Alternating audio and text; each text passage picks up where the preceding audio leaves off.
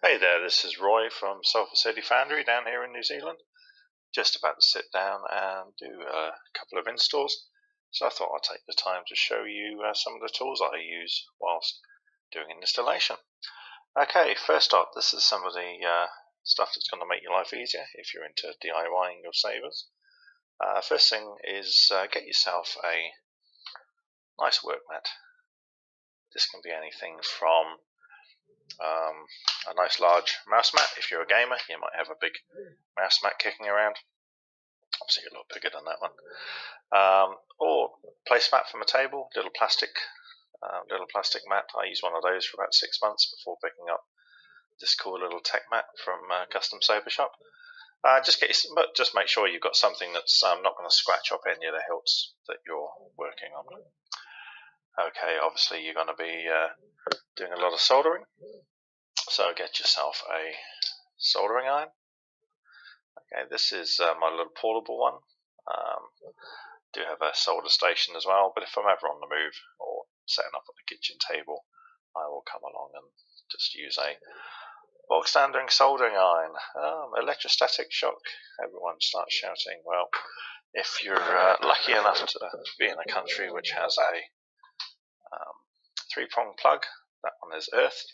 You tend to find on these cheap soldering irons that this part of the soldering iron is earthed to earth on the mains. The tip may not be, but that's where your little stand comes in to play. If I'm, like I said, not using my soldering station and I'm actually on the move, I'll just plonk my soldering iron in like that, so it actually shorts from the tip right down to the earthed base, and that stops any electrostatic build-up. Okay, these sort of things can be quite cool. This was a cheap one that I picked up off eBay. Started falling to bits almost immediately, and the issue with this one is the crocodile clips are so far apart, it's kind of difficult to use. So if you're picking up one of these little soldering stations, make sure it's got adjustable slides for your crocodile clips. I tend to just use the magnifying glass and mount for the soldering iron on that one. Let's pop that over there. Okay, next, grab yourself some of these. These are really cool. These are you can get these from the dollar store. Little clips. They are absolutely perfect for holding on to things while you solder. You can stick a 18650 battery in there whilst you're soldering wires onto the end.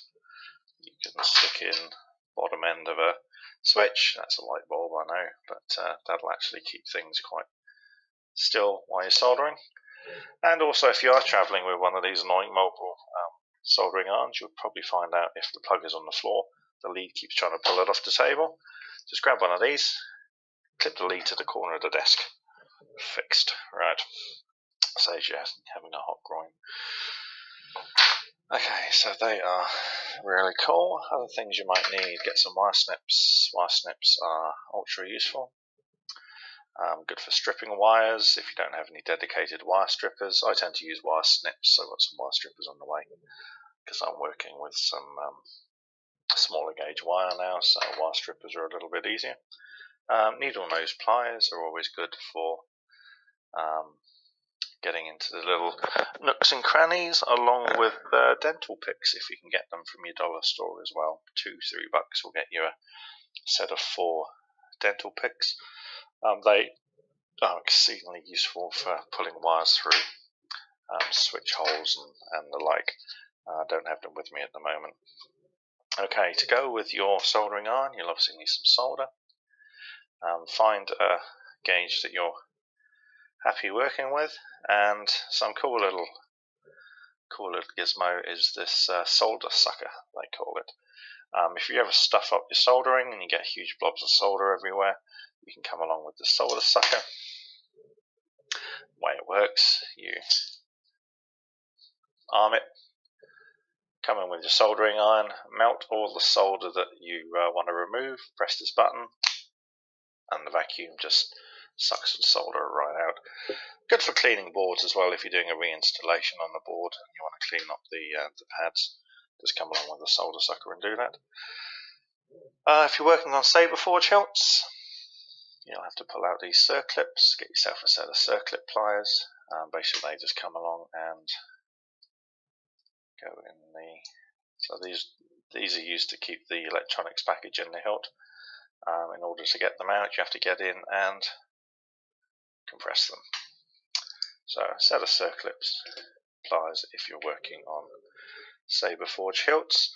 Now, if you're soldering LEDs, you may use the sticky thermal contact pads that you can get from Custom Saber Shop. If not, I'm a computer guy, so I've got some of this thermal compound that we use for CPUs in the computer lying around. A tube of this stuff will last you ages, and it's actually going to work out a lot cheaper than the thermal pads in the long run.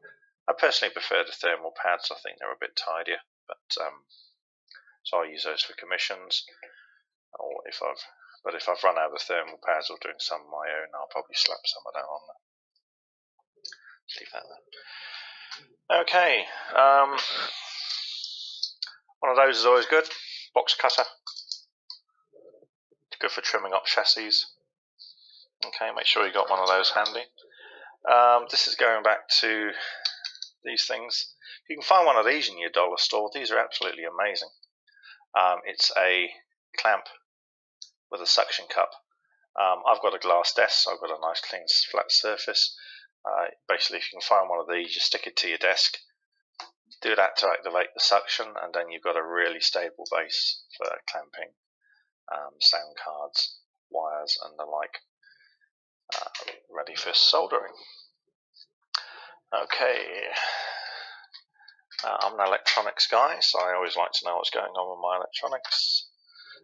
After you've soldered, go and grab yourself a multimeter. This is a cheap one, a really cheap and nasty one. I've used this for years. I've got a better one now, but it would take up most of the shot if I dumped it in the middle of my mat.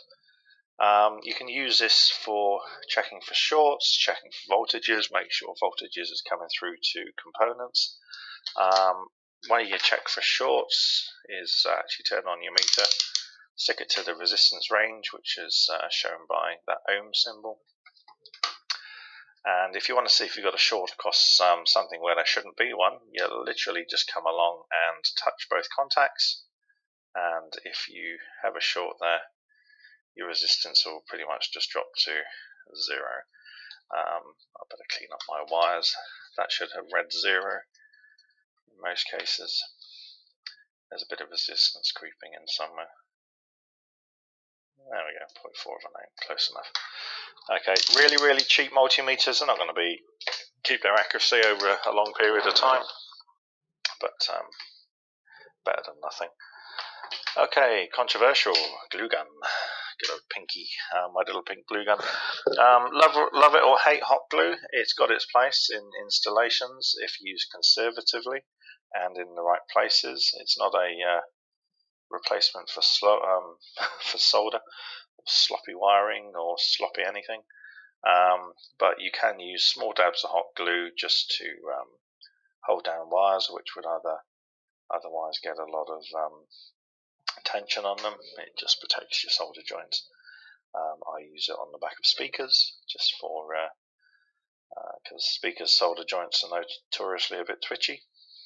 So you bring your wires on the back of speakers, twist them, and then hot glue them to the back of the speaker before running them to your board. And maybe back of switches as well. So there's a whole raft of ways you can use hot glue conservatively, and I do mean conservatively. Okay, a couple of homemade tools now. These are just nice flat screwdrivers, okay, with a bit of insulation tape wrapped around them. These are the last tools that I'm going to introduce to you today. This one is used for shoving down the end of a hilt, popping under a switch, and using it to lever a switch out. So you tend to find any factory Saber Forge builds have got easy poppable switches. You just remove the LED heatsink module at the top of the Saber, pop just down the emitter, measure it on the outside first so you know how far to push it into your hilt. Measure it where you put your thumb where it should be stopping with this underneath the switch. Once it's in, give it a quick lift underneath the switch and the switch should pop out, and I'm going to be adding a video about how to do that a little bit later. I've got another setup here which is pretty similar. What I use this for is if you've ever got a Saber Forge hilt with little blank fake switches in them, I've just gone ahead and grabbed a flathead screw,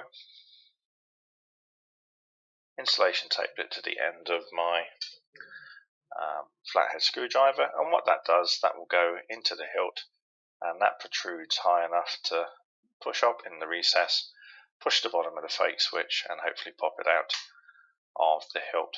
Now, Saber Forge hilts, and well, any hilt really with a glued switch, will be a little bit hit and miss. If you can't pop it out using this method, you'll likely have to drill it with a small drill bit. So 50% of the time you can probably pop out your fake switches though. Okay, so that's just a little bit of an overview of some of the tools I've just set up around my desk and that I'll be using for a couple of installations that I'll be doing today. If you've got any questions or you think I've missed anything, feel free to add it in the comments below. Make sure that you subscribe down there, and yeah, hopefully some of that information would be useful. There will be some more tech videos coming out of Sulphur Foundry over the next couple of weeks. I'll be showing you how to wire a basic stunt saber, how to wire LED modules. I'll be showing you two techniques for wiring your LED switches, and also I'll probably do a couple of longer videos just showing you how to wire a board, wire speakers and the like. Okay, so like I said, make sure you subscribe. More videos coming soon. That's it for today. I'm going to get to work, and you have a great day and enjoy your sabers. Cheerio.